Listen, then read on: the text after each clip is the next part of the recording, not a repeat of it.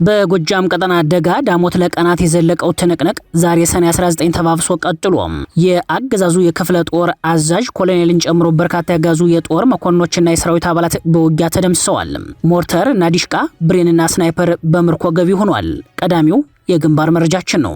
በሌላ መረጃ በወሎ ቤተ አማራ ቆቦ ቀጠና ሚኒልክ ዕዝ በአገዛዙ ኃይል ላይ መብረቃዊ ጥቃት በመፈጸም በአገዛዙ ላይ ከፍተኛ ጉዳት ሲያደርስ መካነ ሰላም ላይ ያጋዙ ጥምር ጦር እርስ በርሱ ተገዳድሎ አሯል። ቀጥታ ከግንባር ይደመጣል። መነሻውን ባህር ዳር ያደረገ 157 ወታደራዊ አልባሳትን ጭኖ ሲንቀሳቀስ የነበረ ተሽከርካሪ ከነ ሙሉ ጭነቱ በፋኖ ኃይሎች ቁጥጥር ስር ውሏል። በሌላ በኩል በጎንደር ተጠናክሮ የቀጠለውን ዘመቻ በተመለከተ ዝርዝር ወታደራዊ መረጃ ኮሎኔሉ ይፋ አድርገዋል። ሌላኛው የግንባር መረጃችን ነው። በወለጋ ቢዛሞ ቀጠና ኢትዮጵያውያን እና ዓለም ጆሮ የነፈገው የጦር ወንጀል መፈጸሙ ቀጥሏል። የአገዛዙ እግረኛ ሰራዊት በማይደርስባቸው ቀጠናዎች የጦር ሄሊኮፕተሮች ለማጥቃት ሲሰማሩ ተከታታይ የድሮን ጥቃት እየተፈጸመ ነው። በተለይም ምስራቅ ወለጋ ዋነኛው የጦር ወንጀል ማዕከል ሆኗል። የወለጋ ቢዛሞ አሁናዊ ቀጠና ምን ይመስላል ስንል መረጃዎችን ፈትሸናል፣ ይደመጣል። የብልጽግና ገዢዎች የጦርነት ነጋሪት ጉሰማ ከወትሮው ጠንከር ብሎ ታይቷል። ጀነራል አለምሸት ደግፌ ህወሓትን የጦርነት ዝግጅት በመግለጽ እየተፎከረ ነው ሲሉ፣ ጀነራል ባጫ ደበሌ ደግሞ የትግራይ ታጣቂዎች በሱዳን ሊቀጠሩ ነው ብለዋል። በሌላ በኩል ጌታቸው ረዳ የኤርትራ ህልውና ኢትዮጵያን ማዳከም ነው ሲሉ፣ የኤርትራው ባለስልጣን ደግሞ ግልጽ ዘመቻ ተከፍቶብናል የሚል ምላሽ ሰጥተዋል። ለሰዓቱ የመረጥንላችሁ የመረጃ ትንታኔያችን ነው። ሰላም ጤና ይስጥልን ውድ የጣና ቲቪ ተከታታይ ቤተሰቦቻችን፣ አብራችሁን ስትቆዩ እነዚህንና ሌሎች ዝርዝር መረጃዎችን ታደምጣላችሁ። አክብሮታዊ ግብዣችንን በማስቀደም ወደ ሰዓቱ ዜናና መረጃዎቻችን እናመራለን። የብልጽግና ሰራዊት በሰኔው ዘመቻ ከፍተኛ ሰብአዊና ወታደራዊ ኪሳራዎችን በማስመዝገብ ላይ መሆኑ ተሰማ። ኮሎኔሉን ጨምሮ ከፍተኛ መስመራዊ መኮንኖች በውጊያ ሙተዋል።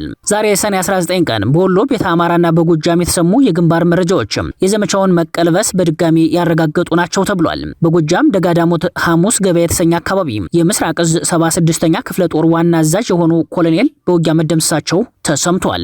ከኮሎኔሉ በተጨማሪ ሌሎች መስመራዊ መኮንኖች በውጊያ የህይወት ዋጋ መክፈላቸው በግንባር መረጃው ላይ ተመላክቷል። አድማጭ ተመልካቾች የዚህን ታላቅ ተጋድሎ መረጃ ጨምሮ በጎጃም እና በወሎ ቤተ አማራ አካባቢዎች የተካሄዱ አፍላ የአውደ ውጊያ ውሎ መረጃዎችን የግንባር ዘጋቢያችን እንደሚከተለው ያቀርብልናል። ሰላም ጤና ይስጥልን አድማጭ ተመልካቾች እንደምን ዋላችሁ። ወደ ሰዓቱ የግንባር መረጃዎች ስናመራ በጎጃም ቀጠና ደጋዳሞት ለቀናት የዘለቀው ትንቅንቅ ዛሬ ግንቦት 19 ተባብሶ ቀጥሎ ያገዛዙ የክፍለ ጦር አዛዥ ኮሎኔልን ጨምሮ በርካታ ያገዛዙ የጦር መኮንኖችና የሰራዊት አባላት የተገደሉበት፣ ሞርታርና ድሽቃ፣ ብሬንና ስናይፐር የተማረከበት፣ የነፍስ ወከፍ መሳሪያ የተተረፈረፈበት አውደ ውጊያ በመካሄድ ላይ ነው። በወሎ ቤተ አማራ ቆቦ ቀጠና ሚኒልክ ዕዝ በአገዛዙ ኃይል ላይ መብረቃዊ ጥቃት በመፈጸም በአገዛዙ ሰራዊት ላይ ከፍተኛ ጉዳት ሲያደርስ መካነ ሰላም ላይ ያገዛዙ ጥምር ጦር እርስ በርሱ ተገዳድሎ ማደሩ ታውቋል። በጎጃም ምድር ደጋዳሞት ምድሩ በባሩድ አረር ሰማዩ በድሮን መንጋ ከተሞላ ዋላ ደር ብሏል። አገዛዙ ብልጽግና ለረጅም ጊዜ የፋኖን ክድ መቋቋም አቅቶት የዳሞቷን ፈረስ ቤት ከተማን መቆጣጠር ተስኖ ሰነባብቷል።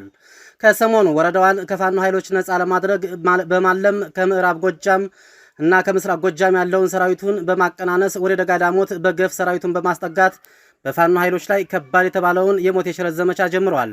የአካባቢው የጣና ምንጮች በዚህ ሰሞን ከባድ ደም አፋሳሽ አውደ ውጊያ ቢደረግም የዛሬው ደግሞ ከባድ መሆኑን ገልጸውልናል። ዛሬ ግንቦት 19 ገና ከሌሊቱ በጀመረው ተጋድሎ አፋብን ቴዎድሮስ ዕዝ ደጋዳሞት ላይ ታሪክ ደጋል ተብሏል። ደጋዳሞት ፈረስ ቤት ለመግባት ለቀናት የሞከረው ያገዛዙ ኃይል ዛሬ አነጋግ ከዚህ በፊት ደማቅ ታሪክ የተጻፈበት ሐሙስ ገበያ ላይ የ109ኛ ከ206ኛ ኮር 24ኛ ክፍለ ጦር 201ኛ ኮር 54ኛ ክፍለ ጦር ጋር በመቀናጀት ያገዛዙን ኃይል ድሽቃና ሞርታር ተረክበውታል። ብሬኖች፣ ስናይፐሮችና በርካታ ክላሽ ገቢ ተደርጓል። የሰውም የኮሎኔሎችም የተተኳሾችም ጭምር ገቢ ተደርገዋል። አንድ ኮሎኔል ተወግዷል። የ76ኛ ክፍለ ጦር አዛዥ ኮሎኔል አበራ ደጋዳሞት ይበርት ሐሙስ ገበያ ላይ መወገዱ ታውቋል። አውደ ውጊያው ይህ ዜና የተጠናቀረ ባለበት ሰዓትም አድማሱን አስፍቶ የቀጠለ ሲሆን እንደ አካባቢው ምንጮች ሌላ በስም ያልተጠቀሰ ያገዛዙ ኮሎኔል መገደሉም ታውቋል። 82 ሚሊ ሞርታር፣ አንድ ድሽቃ፣ 3 ፕሬን ሲማረክ የነፍስ ወከፍ ክላሽና ተተኳሽም በፋኖ ኃይሎች ካዝና ገቢ ተደርጓል። አውደ ውጊያው ይህ ዜና የተጠናቀረ ባለበት ሰዓትም ተጠናክሮ ቀጥሏል። በወሎ ቤተ አማራ የአማራ ፋኖ ብሔራዊ ንቅናቄ ወሎ ቤተ አማራ ሚኒልክ ዕዝ 102ኛ ኮር የቀድሞው ዞብል አምባ ክፍለ ጦር የአሁኑ 12ኛ ክፍለ ጦር አንደኛ ሻለቃና 3ኛ ሻለቃ በአገዛዙ ሰራዊት ላይ መብረቃዊ ጥቃት ፈጽመዋል። የ102ኛ ኮር 12ኛ ክፍለ ጦር ሰኔ 18 2018 ዓ.ም በተለያዩ አቅጣጫ የመጣውን ያገዛዙ ሰራዊት ቀለበት ውስጥ በማስገባት ከጥቅም ውጭ አድርገውታል። አገዛዙ ያለ የሌለ ኃይሉን በመያዝ ውጊያ የከፈተባቸው ቀጠናዎች በዞብልና በራማ በኩል በተለምዶ ፀሐይ መግቢያ ድረስ አሰላለፍ በማድረግ እንቅስቃሴ ያደረገ ቢሆንም የ12ኛ ክፍለ ጦር አናብስቶች በመልሶ ማጥቃት መከላከል በሁሉም ግንባር ጥቃት በመፈጸማቸው በሽንፈት ተመልሰዋል።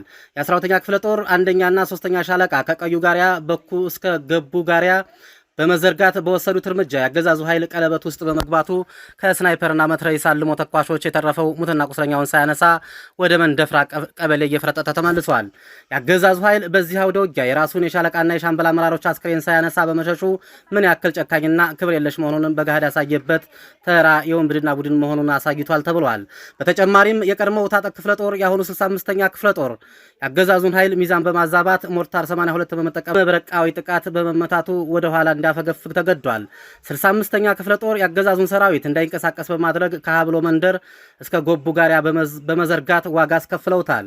በተመሳሳይ ሁኔታ የ102ኛ ኮር ቃኝ ከዋልካ መንደር በኩል በመግባት አሰፍስፎ የመጣውን የብልጽግና ጦር አከርካሪ የሰበሩ ሲሆን እንዲሁም የ101ኛ ኮር የ11ኛ ክፍለ ጦር አንደኛ ሻለቃ ወንድሞቻቸውን በማገዝ ወደ ጮቢ በርና ከላይ በተጠቀሰው ቦታ በመሸፈን ታሪካቸውን በቀይ ቀለም ጽፈዋል። አገዛዙ 3 መድፍና 1 ዙ 23 እንዲሁም 120 ሞርታር በማሰለፍ ሆርማትና መንደፍራ ከባድ መሳሪያ በማሰንጨፍ ሙሉ አቅሙን የተጠቀመ ቢሆንም የ102ኛ ኮር ክንደ ብርቶቹን መቋቋም ባለመቻሉ ካለበት ቦታ እንዳይንቀሳቀስ በማድረግና የገባውን ኃይል እንዳይወጣ አድርገውታል። ያለ ኦፒ በግድየለሽነት የሚተኩሰው ያገዛዙ ጦርነቱ የማይመለከታቸውን 4 ሲቪል አርሶ አደሮችን ህይወት ቀጥፏል።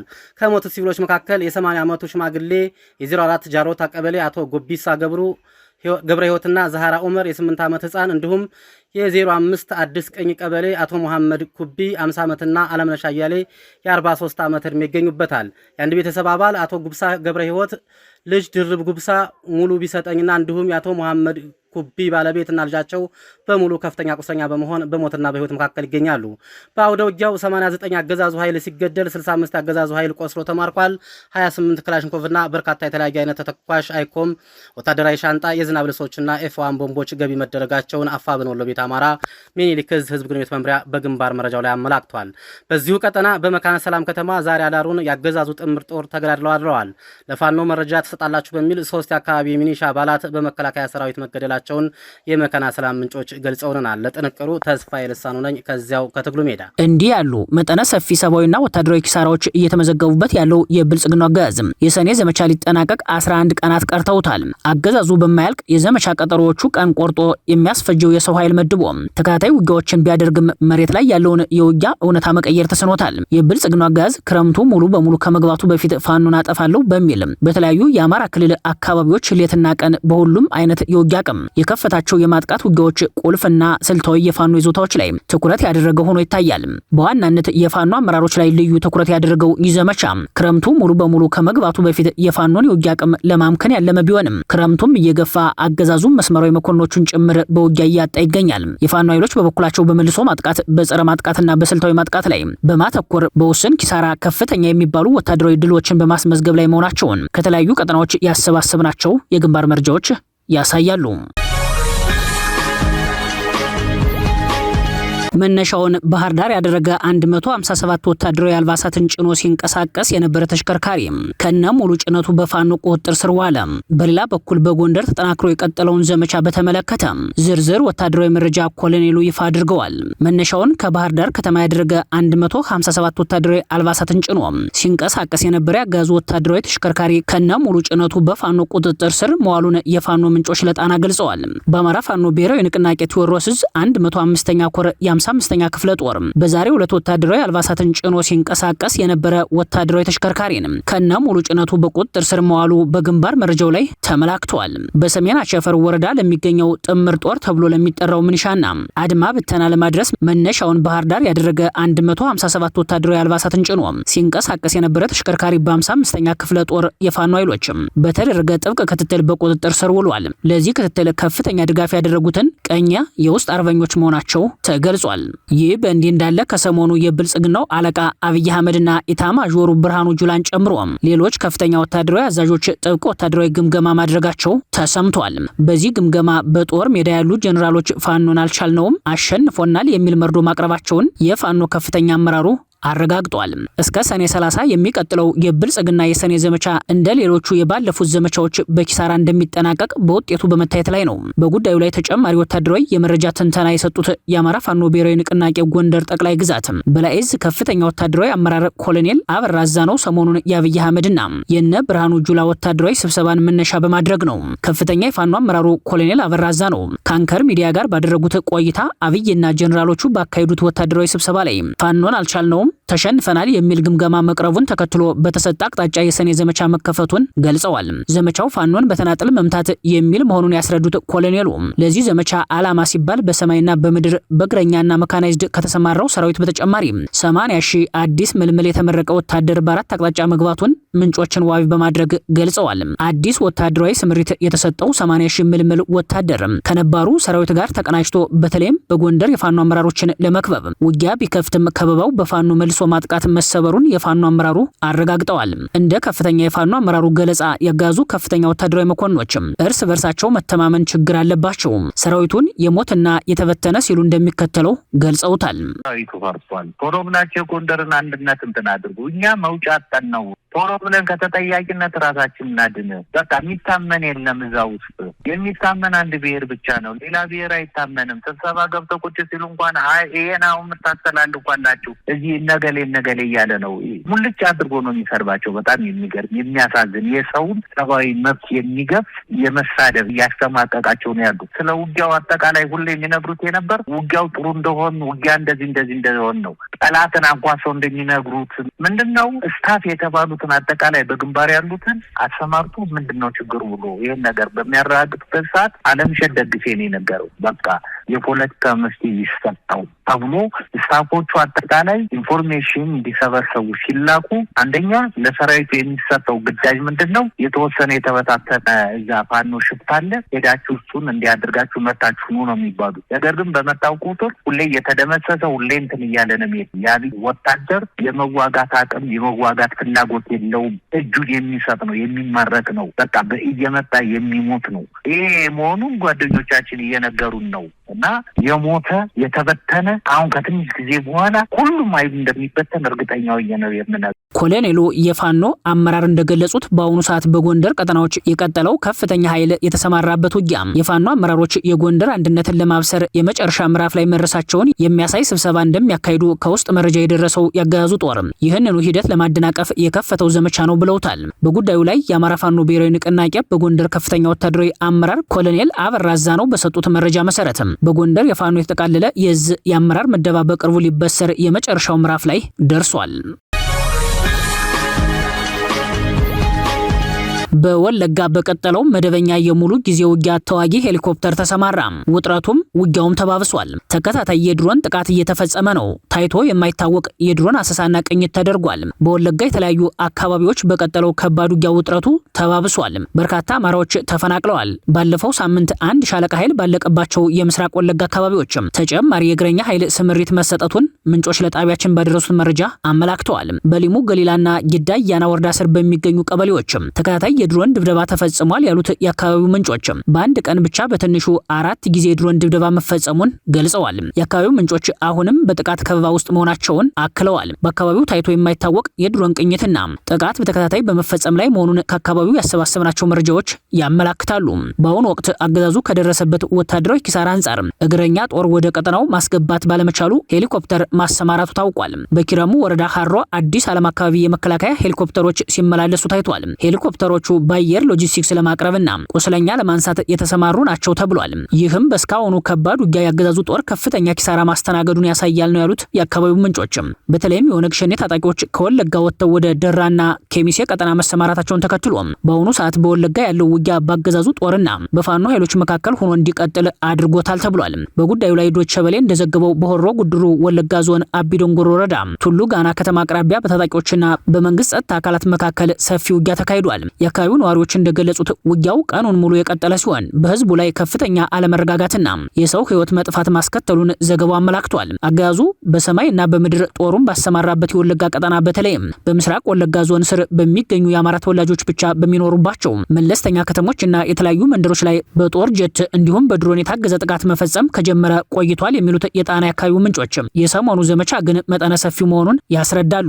በዞኑ ጊዳያና ወረዳ አንዶዴ ዲቾ ቀበሌ ልዩ ቦታው አሊ በተባለ መንደር ላይ ቁጥራቸው በውል ያልታወቁ በርካታ ንጹሃን አማራዎች የጥቃቱ ዋና ሰለባ መሆናቸውንም ሰምተናል። ጥቃቱ ከተፈጸመበት አካባቢ በግምት በ30 ኪሎ ሜትር ርቀት ላይ በሚገኘው በነቀምት አየር ማረፊያ መነሻና መንደርደሪያውን ባደረገው የጦር ጀት ባሊ ቀበሌ በተፈጸመው ጥቃት ህይወታቸው ካለፈ ንጹሃኖች በተጨማሪ የቆሰሉት ዛሬም በቂ ሕክምና ማግኘት እንዳልቻሉ ነው የተጠቆመው። ባሊ ቀበሌ በተፈጸመው ጥቃት የቆሰሉ አማራዎች ወደ አንገር ጉትን ከተማ ተወስደው እንዳይታከሙ መከላከያ ሰራዊቱና የገዳ ኮማንዶ መንገድ ሲዘጋ፣ በተመሳሳይ በዞኑ ዋጃ ተብሎ በሚጠራው አካባቢ አገዛዙ በንጹሃኖች ላይ በጦር ሄሊኮፕተር ታግዞ ፈንጅ ሲወረውር መዋሉን ከስፍራው የወጡ መረጃዎች ያመላክታሉ።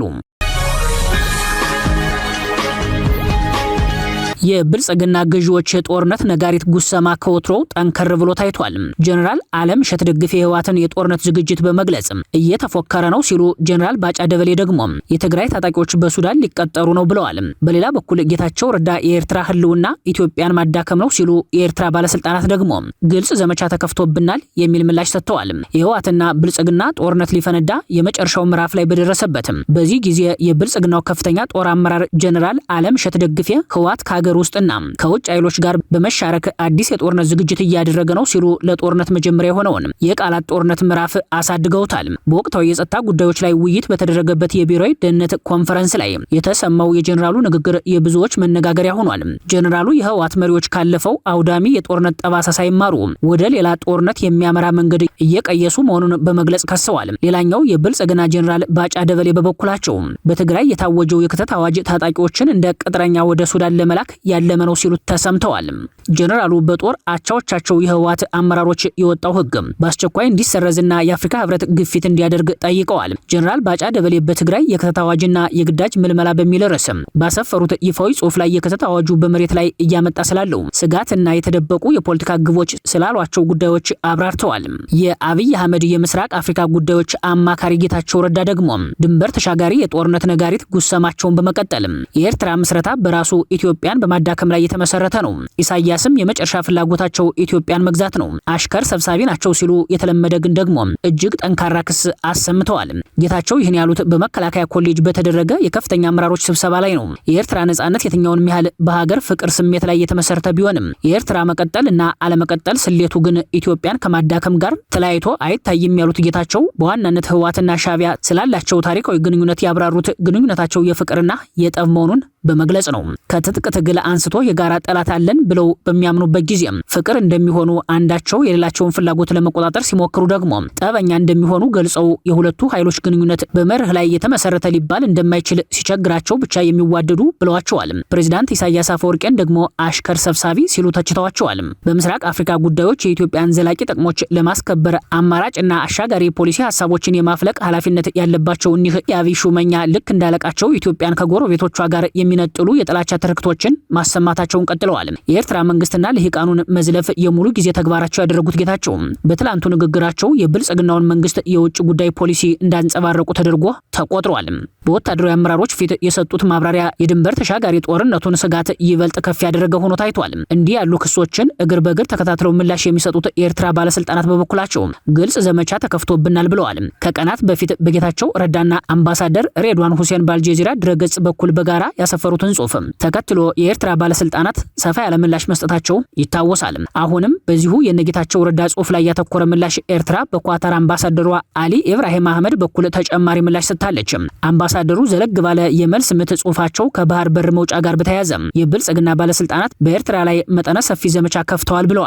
ዘመቻውም እጅግ የተቀነባበረና በርካታ ሚዲያዎችን እንዲሁም ሰዎችን ያሳተፈ ግልጽ ዘመቻ ነው ያሉት አምባሳደሩ ገዢውን ብልጽግና ፓርቲን ደጋግመው ጽሑፋቸው ከሰዋል። ሉዓላዊ የባህር በር መውጫ በሚል የፈጠራ ዘመቻ የሀገሪቱን ትርክት ቀይሮታል ያሉት አምባሳደሩ ይህንንም የባህር በር ትርክት ጉዳይ የበለጠ መሰረት እንዲይዝ ለማድረግ ኢትዮጵያውያንንና ኢትዮጵያን ያልሆኑ ምሁራንን፣ መንግስታዊ ሚዲያዎች፣ መምህራንን፣ ተመራማሪዎችን፣ የባህል ሰዎችና ሌሎች በርካታ ሰዎችን በመጠቀም ከፍተኛ ፕሮፓጋንዳን ከፍቶብናል ሲሉ አምባሳደሩ የብልጽግናን ጦረኝነት ተንትነዋል። የብልጽግናው አገዛዝ በቀጣዩ ዓመት ሊከተላቸው ከሚችላቸው ቋሚ የጦርነት ፖሊሲዎች ውስጥ አንዱና ዋነኛው ከኤርትራ መንግስት ጋር የገባበትን ወታደራዊ ፍጥጫ ከፍ ማድረግ፣ ጊዜና ሁኔታዎች ከፈቀዱለት ደግሞ ከቃላት ጦርነት ያለፈ እርምጃዎችን መውሰድ ሊሆን እንደሚችል የፖለቲካ ታዛቢዎች ይናገራሉ። የሱዳን አየር ኃይል ከ160 በላይ የተፋላሚው የሱዳን ፈጥኖ ድራሽ ኃይል ወታደራዊ ተሽከርካሪዎችን በመደምሰስ በውክልና ጦርነቱ ከውጭ የስለላ ድርጅቶችን የያዙ ሚስጥራዊ ሰነዶችን መያዙ ተሰማም። በኮርዶፋን ግዛት የሱዳን አየር ኃይል ከ160 በላይ የሱዳን ፈጥኖ ድራሽ ኃይል ተሽከርካሪዎችን በመደምሰስ ከውጭ የስለላ ድርጅቶች ጋር የሚያያዙ ሰነዶች መገኘታቸውን ገለጸ። የተገኙት ሰነዶች የተባበሩት አረብ ኤሚሬትስና የብልጽግናው አጋዚ የስለላ አካላት በጦርነቱ ውስጥ ከፍተኛ ተሳትፎ እንዳላቸው የሚያሳዩ መረጃዎችን የያዙ ናቸው ተብሏል። በሌላ በኩል ከተለያዩ የሱዳን ጎረቤት ሀገራት ተነስተው ወደ ሱዳን የሚገቡ ታጣቂዎች ቁጥር ጨምሯል። ከ20 ሺህ በላይ የውጭ ተዋጊዎች ወደ ሱዳን መግባታቸው ተሰምቷል። 7000 የሚደርሱ የታጠቁ ዘመናዊ ወታደራዊ ተሽከርካሪዎችም ወደ ሱዳን ገብተዋል። ይህም የውክልና ጦርነቱን አስከፊ ገጽታ ያሳያል ነው የተባለው። ከዚህ ጋር ተያይዞ በውክልና ጦርነት ውስጥ ባለችው ሱዳን ውስጥ አዲስ ገንዘብ ይፋ መሆኑ ሌላኛው ትኩረት ሳቢ ጉዳይ ሆኗል። ፓውንድን የተካው መገበያያ ገንዘብ ገበያ ውስጥ ሲዘዋወር መታየቱ ለሱዳኖችም ግራ ያጋባ ውሳኔ ሆኗል። ገንዘቡን ከየት እንደመጣ ማን እንዳሳተመው ጥያቄ ያጫረ መሆኑን የሮይተርስ ዘገባ አመላክቷል። የሱዳን ፓውንድ የመግዛት አቅሙ በእጅጉ በተዳከመበት በዚህ ጊዜ አዲስ የገንዘብ ኖት የሱዳን ተፋላሚዎች የፈጥኖ ደራሽ ኃይሎች በሚቆጣጠሯቸው የሀገሪቷ ግዛቶች ውስጥ ነው የታየው። በተለይ በምዕራብ ዳርፉር ግዛቶች አዲሱ ገንዘብ ገበያ ውስጥ በርከት ብሎ ተሰራጭቷል። ፈጥኖ ደራሽ ኃይሎች ከተቃዋሚዎች ጋር በመቀናጀት ባለፈው ዓመት የትይዩ መንግስት መመስረታቸው ይታወሳል። ታሲስ የሚል ስም የተሰጠው የትይዩ መንግስት አዲሱን ገንዘብ ደሞዝ ለመክፈል አውሎታል። የሱዳን ብሔራዊ ጦር እንደ አውሮፓ አቆጣጠር በ2024 በጦርነቱ መሃል ባለ 500 እና ባለ 1000 የሱዳን ፓውንድ ኖቶችን ይፋ ያደረገ ሲሆን ፈጥኖ ደራሽ ኃይሎች እነዚህን የገንዘብ ኖቶች እንደማይቀበል በተቆጣጠራቸው ግዛቶች ስራ ላይ እንዳይውል አድርጓል። አሁን ላይ ፈጥኖ ደራሽ ኃይሉ የራሱ ገንዘብ አሳትሞ ወደ ገበያ ማስገባቱን የታወቀው የሱዳን ፓውንድ ከጦርነቱ በፊት ከዶላር አንጻር የነበረው ምንዛሬ በ1 ዶላር 600 ፓውንድ ሲሆን አሁን ላይ 1 ዶላር 5000 ፓውንድ ድረስ እየተመነዘረ ይገኛል። ክቡራትና ክቡራን ቤተሰቦቻችን ለሰዓቱ የተሰናዱት መረጃዎቻችን የተከታተላችኋቸውን ይመስሉ ነበር። አብራችሁን ስለቆያችሁ ልባዊ ምስጋናችን ይረሳችሁ እያልን የጣና ቲቪ ወቅታዊ ዜናዎችም ትንታኔዎችና ልዩ ልዩ ፕሮግራሞችን ይደርሷችሁ ቻናላችን ሰብስክራይብ በማድረግ ቤተሰብ ይሁኑ። በተሳትፎ የትግል ሚዲያውን እንዲያጠናክሩ ጥሪያችንን እናቀርባለን። ጣና ቲቪ ከሀቅ ጋር